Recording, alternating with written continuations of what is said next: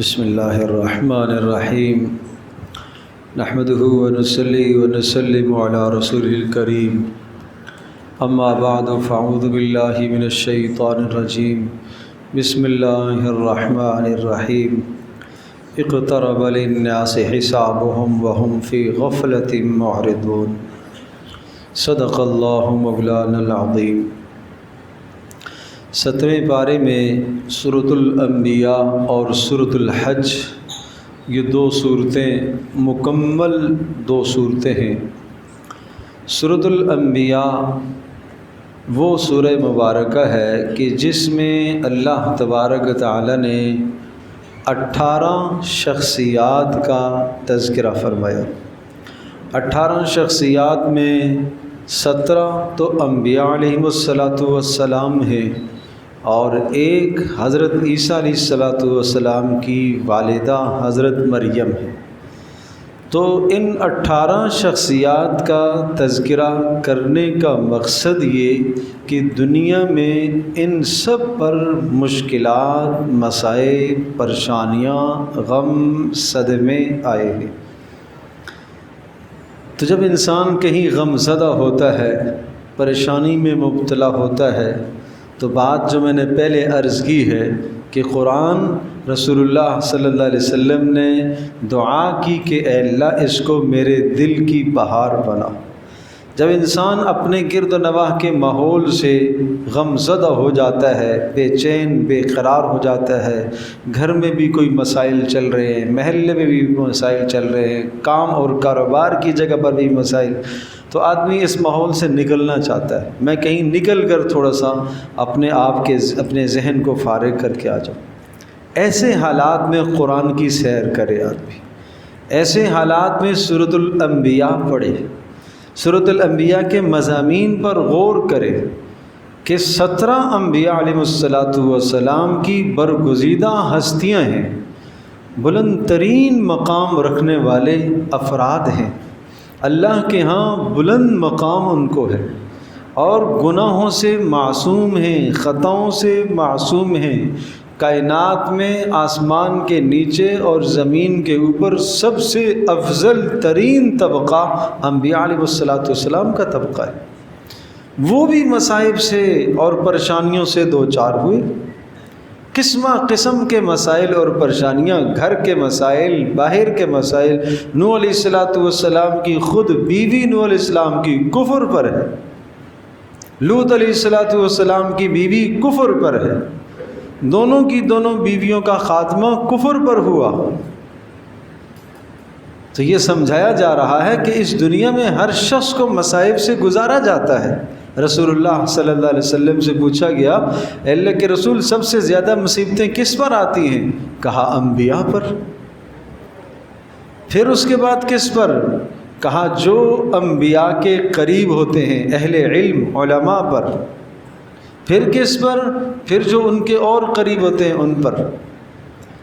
ایک روایت میں آتا ہے کہ مصائب اور پریشانیاں اللہ والوں کی طرف، اللہ کے مقربین کی طرف اس طرح سے دوڑ کے آتی ہیں جس طرح سے بلندی سے نیچے کی طرف پانی کا ریلا بہہ کے آتا ہے، اس طرح سے مصائب آتے ہیں۔ تو کسی شخص کو، ایک آدمی دیندار ہے، اگر آپ نے اس کو کسی مصیبت میں گرفتار دیکھا ہے، چاہے کسی بھی قسم کی جسمانی مصیبت میں مبتلا ہے، گھریلو کسی پریشانی میں مبتلا ہے، رزق کی تنگی میں مبتلا ہے، تو مت بدگمان ہونا کہ اس پر عذاب ہے۔ ہم کون ہوتے ہیں فیصلہ کرنے والے؟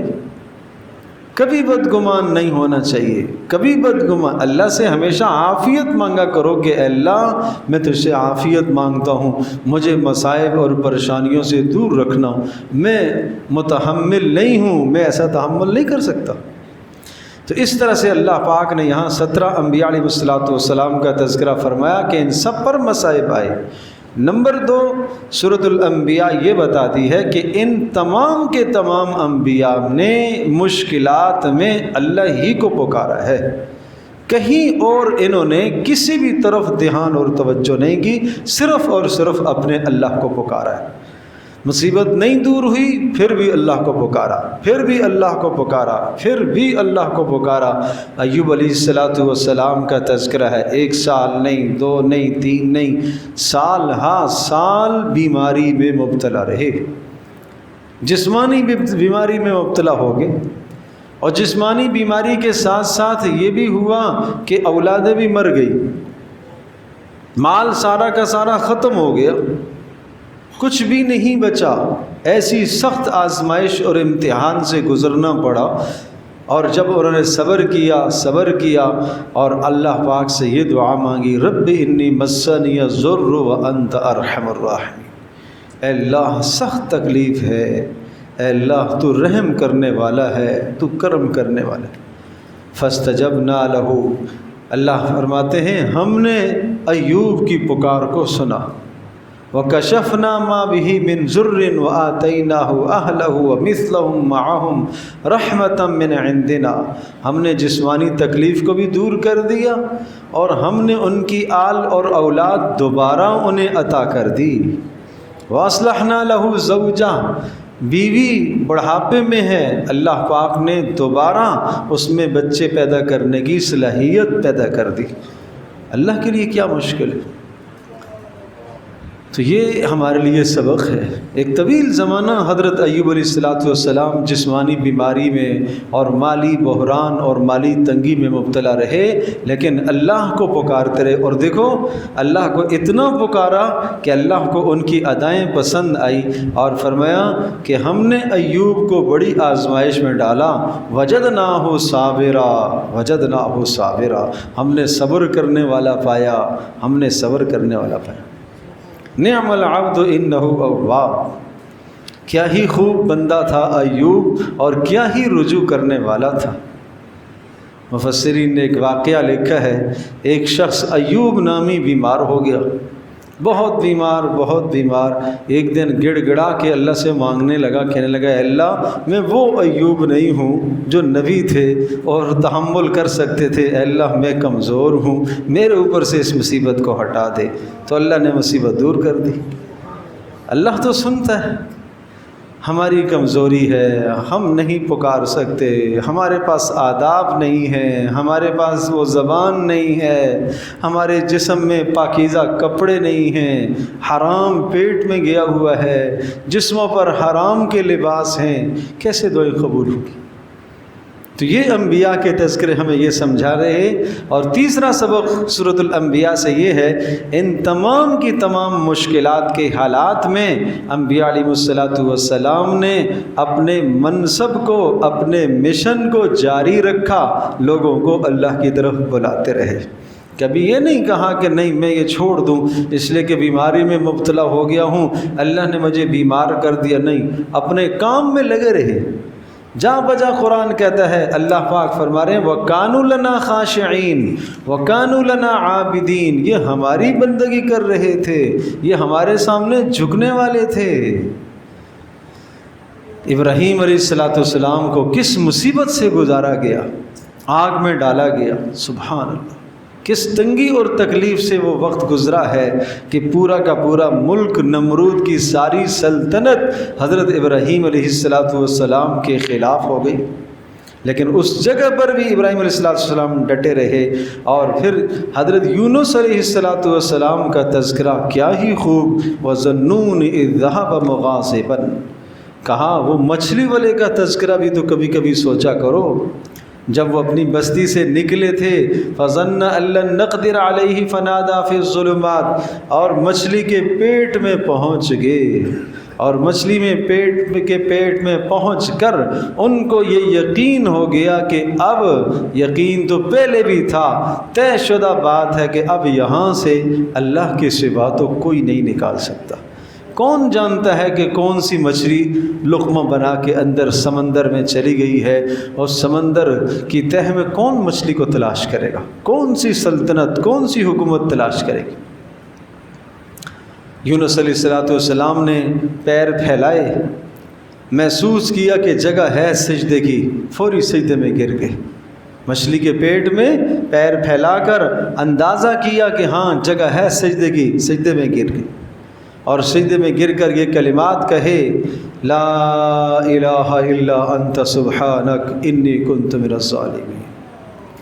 قرآن کہتا ہے کہ اگر فلولا انہ کان من المسبحین للبث فی بطنہ الی یوم یبعثون، اگر یونس علیہ السلام یہ کلمہ کہہ کر اللہ کو نہ پکارتے تو قیامت تک مچھلی کے پیٹ میں رہتے۔ اب یہ کلمات عجیب کلمات ہیں، یہ آیت کریمہ جس کو آپ کہتے ہیں سب کو یاد ہے، لیکن کاش کہ ہمیں اس کا وزن پتہ چلے، کاش اس کا معنی پتہ چلے۔ یونس کا درد لے کر آؤ پڑھتے وقت، یونس علیہ السلام کا ایمان لانے کی محنت اور کوشش کرو۔ 3 باتیں ہیں اس کلمے کے اندر، لا الہ الا انت سبحانک۔ پہلی بات تو یہ ہے کہ اس سمندر کے اندر بھی یا اللہ حاکمیت تیری ہی ہے، حاکم تو ہی ہے، سلطنت تیری ہے، بادشاہت تیری ہے، عبادت کے لائق تو ہی ہے، مشکل کشا تو ہی ہے، اس تنگی سے نکالنے والا تو ہی ہے۔ رات کا اندھیرا، سمندر کا اندھیرا، مچھلی کے پیٹ کا اندھیرا، فنادا فی الظلمات، اس اندھیریوں کے اندر یونس علیہ السلام نے پکارا۔ تو لا الہ الا انت اس کا معنی تو ہی مشکل کشا، تو ہی یہاں سے نکالنے والا، تیری ہی سلطنت، تیری ہی بادشاہت۔ ایک بات سبحانک، بڑا عجیب کلمہ ہے، اس کا آپ تو ترجمہ یہ کریں گے سبحانک تو پاک ہے۔ معنی کیا ہوا کہ یہاں مچھلی کے پیٹ میں مدد کرنے سے عاجز تو آ جائے، اس عاجز آنے سے تو پاک ہے۔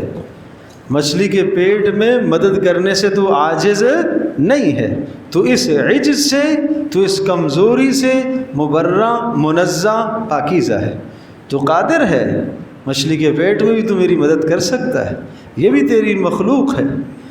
فَالْتَقَمَهُ الْحُوتُ، لقمہ بنا لیا، اس کو حکم تھا کہ غذا نہیں ہے تیری، یہ امانت ہے تیرے پاس، اس مچھلی کو اللہ کا حکم تھا۔ فَالْتَقَمَهُ الْحُوتُ، چبایا نہیں اس نے، کھایا نہیں اس نے، لقمہ بنایا، اندر نگل گئی، اسے کہا گیا یہ امانت ہے آپ کے پاس۔ اللہ اکبر۔ فَنَبَذْنَاهُ بِالْعَرَاءِ وَهُوَ سَقِيمٌ، پھر ہم نے باہر نکالا، قرآن کہتا ہے ہم نے باہر، اللہ کہہ رہا ہے ہم نے باہر نکالا، مچھلی تو اللہ کی مخلوق ہے۔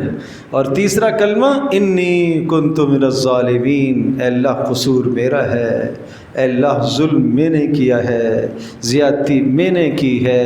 تو جب بھی کوئی مصیبت آئے تو اس طرح سے اللہ کو پکارو جیسے یونس علیہ السلام نے پکارا تھا۔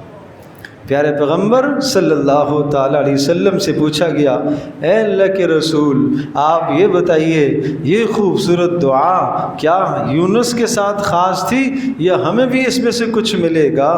رسول اللہ صلی اللہ علیہ وسلم نے فرمایا، ہاں آپ نے یہ نہیں پڑھا فَاسْتَجَبْنَا لَهُ وَنَجَّيْنَاهُ مِنَ الْغَمِّ وَكَذَلِكَ نَنْجِي الْمُؤْمِنِينَ، کہ ہم نے یونس کی پکار کو سنا اور اس کو غم سے نجات دی، اور اسی طرح سے ہم ایمان والوں کو نجات دیتے رہیں گے۔ جو کلمے کو پڑھے گا ایمان کی بنیاد پر، اللہ کی ذات پر مکمل بھروسے کی بنیاد پر جو پڑھے گا، ہم یوں نجات دیتے رہیں گے۔ زکریہ علیہ السلام کا تذکرہ، جب زکریہ علیہ السلام نے اللہ سے دعا مانگی، رب لا تذرنی فردا وانت خیر الوارثین، اے اللہ میں اکیلا ہوں، اے اللہ میرا کوئی ساتھی بنا دیجیے، اللہ پاک نے خوبصورت لڑکا یحییٰ علیہ السلام کی شکل میں عطا فرمایا۔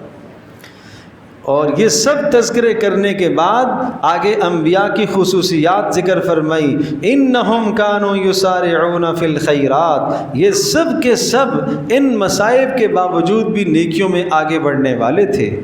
وَيَدْعُونَنَا رَغَبًا وَرَهَبًا، اور ہمیں ہی پکارتے تھے، ہم سے امید رکھتے تھے، ہم سے ہی ڈرتے تھے۔ وَكَانُوا لَنَا خَاشِعِينَ، اور ہمارے سامنے جھکنے والے تھے۔ حضرت سلیمان علیہ السلام، حضرت داؤد علیہ السلام، جو دو نبی بادشاہ گزرے، سلیمان علیہ السلام، داؤد علیہ السلام، اللہ پاک نے سلطنت عطا فرمائی۔ داؤد علیہ السلام باپ ہیں، سلیمان ان کے بیٹے ہیں، باپ بیٹا ہیں، دونوں اللہ کے برگزیدہ نبی ہیں، لیکن اللہ نے نبوت کے ساتھ ساتھ بادشاہت عطا فرمائی۔ رسول اللہ صلی اللہ علیہ وسلم نے فرمایا الملک ملک سلیمان، بادشاہت تو سلیمان کی بادشاہت تھی۔ کیا خوب سلیمان کی بادشاہت یہاں قرآن کے کن الفاظ سے تذکرہ کیا، وَلِسُلَيْمَانَ الرِّيحَ عَاصِفَةً تَجْرِي بِأَمْرِهِ إِلَى الْأَرْضِ الَّتِي بَارَكْنَا فِيهَا، سلیمان کو ہم نے ایسی ہوا اس کے لیے مسخر کر دی، ان کے تابع کر دی تھی، ان کے عرش کو، بڑے تخت کو لے کر چلتی تھی، جس تخت پر سینکڑوں لوگ بھی، حیوان بھی، جانور بھی، سب سوار ہوتے تھے اس پر۔ اور اس زمانے میں آج کل ہوائی جہاز کیا ہے اس کے سامنے؟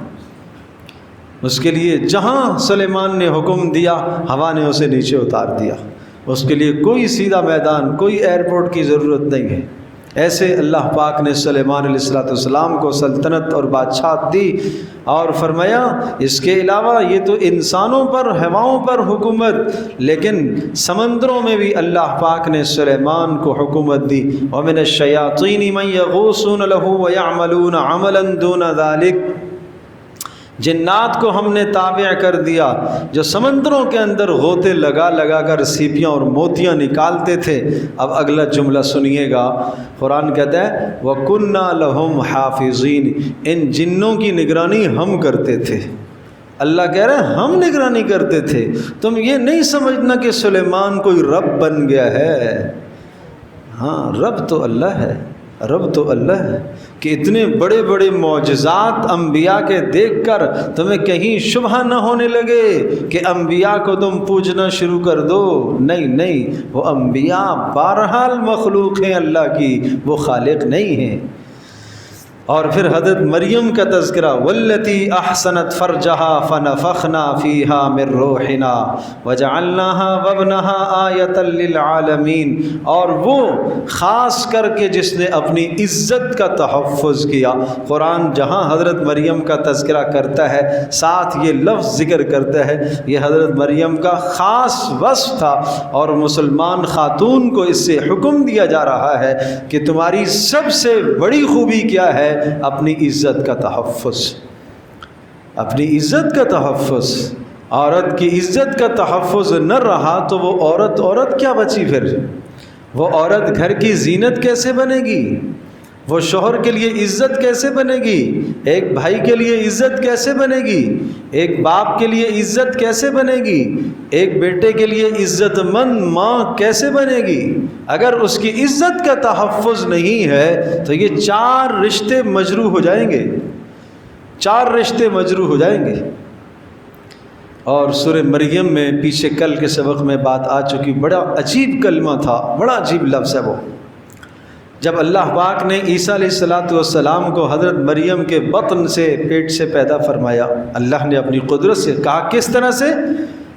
فَنَفَخْنَا فِيهَا مِن رُوحِنَا، جبریل کو اللہ نے بھیجا اور جبریل نے گریبان میں پھونکا، ہاتھ نہیں لگائی، کپڑا اس طرح سے پکڑ کے گریبان میں پھونکا، اور عیسیٰ علیہ السلام پیٹ میں وجود میں آ گئے۔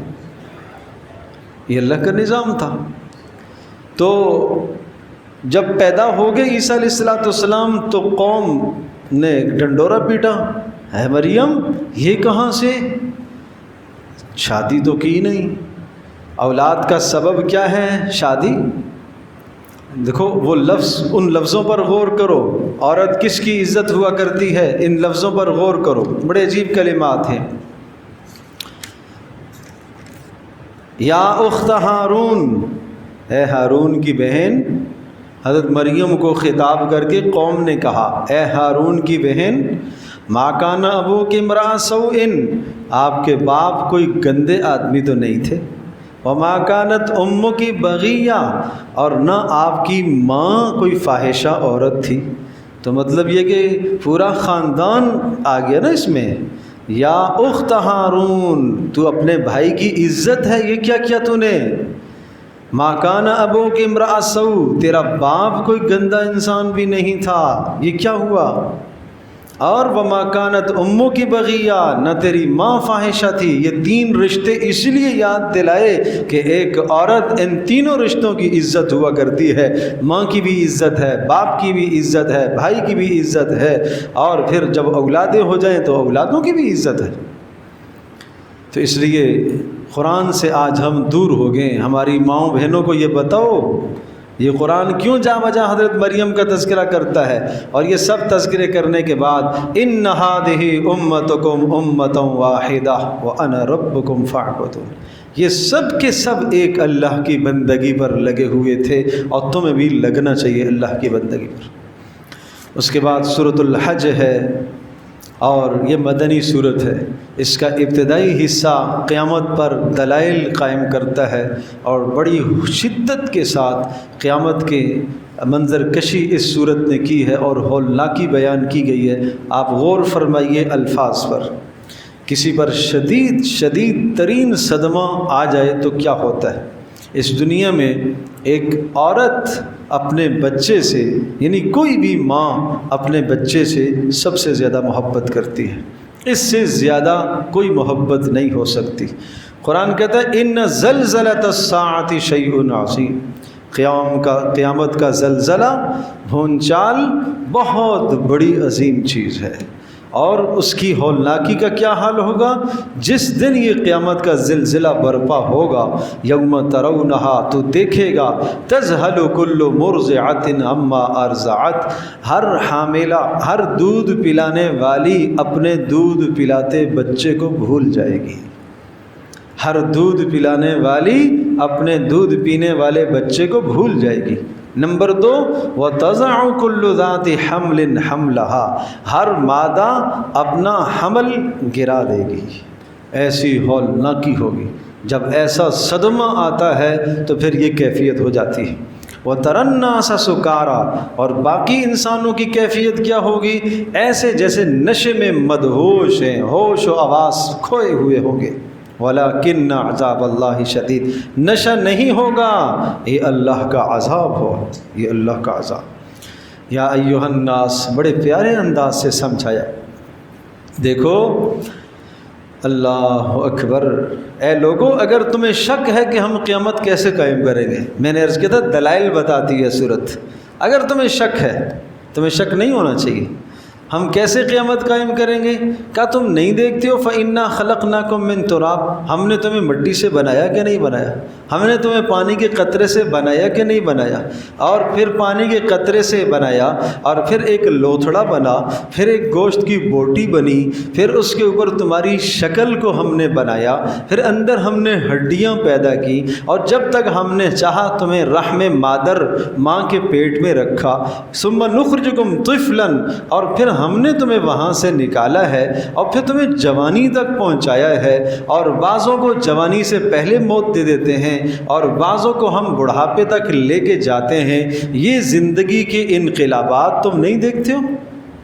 کیا یہ دلیل کافی نہیں ہے؟ جو رب یہ سب کچھ کر سکتا ہے وہ قیامت بھی قائم کر لے گا۔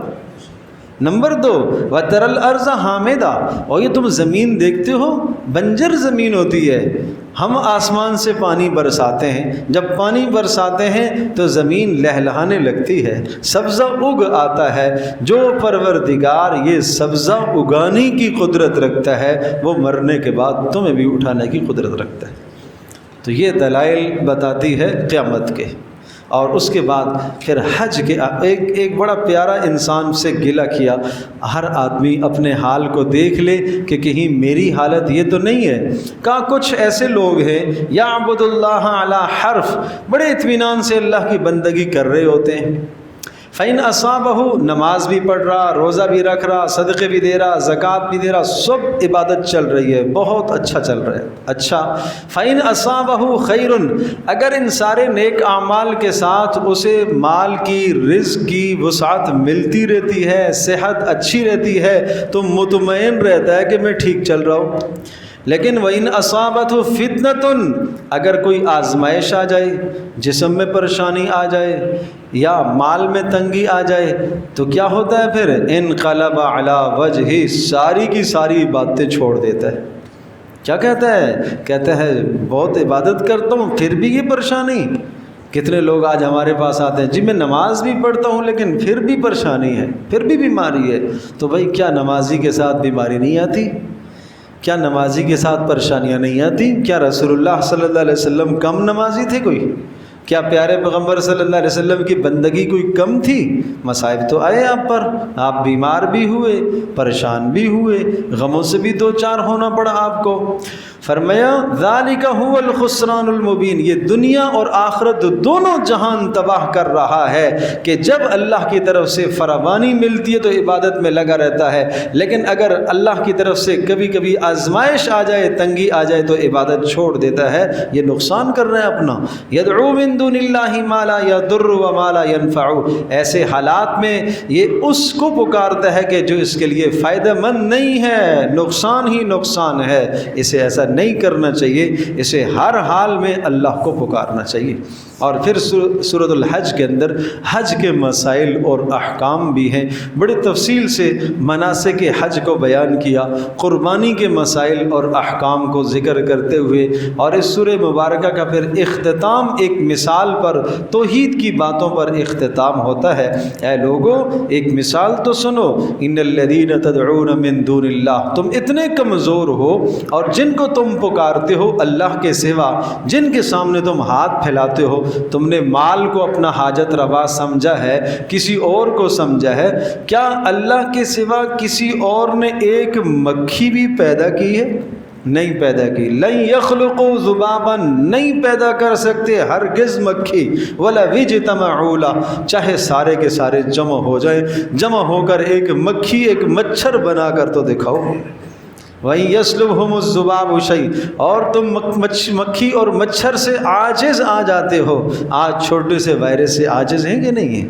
ضعف الطالب والمطلوب، بہت عاجز ہو۔ ما قدر اللہ حق قدری، تمہیں اللہ کی قدر کرنی چاہیے جیسے قدر کرنے کا حق ہے، اللہ کی عظمت ایسے کرنی چاہیے جیسے کہ عظمت کا حق ہے، اللہ کی بندگی ایسے کرنی چاہیے جیسا کہ اللہ کی بندگی کا حق ہے۔ لہٰذا تمہیں نماز میں لگے رہنا چاہیے، زکوٰۃ ادا کرتے رہنا چاہیے، واعتصموا باللہ، اور اللہ کے ساتھ تمہیں چمٹ جانا چاہیے۔ ہوا مولاکم، وہ بہترین کام بنانے والا ہے، فنعم المولا ونعم النصیر، کیا ہی خوب کام بنانے والا ہے اور کیا ہی بہترین مدد کرنے والا ہے۔ جیسا اس نے نبیوں کی مدد کی ہے اس طرح سے تمہاری بھی مدد کرے گا، لیکن تم اسے پکارا کرو۔ اللہ پاک ہم سب کے لیے سمجھنا عمل کرنا آسان فرمائے۔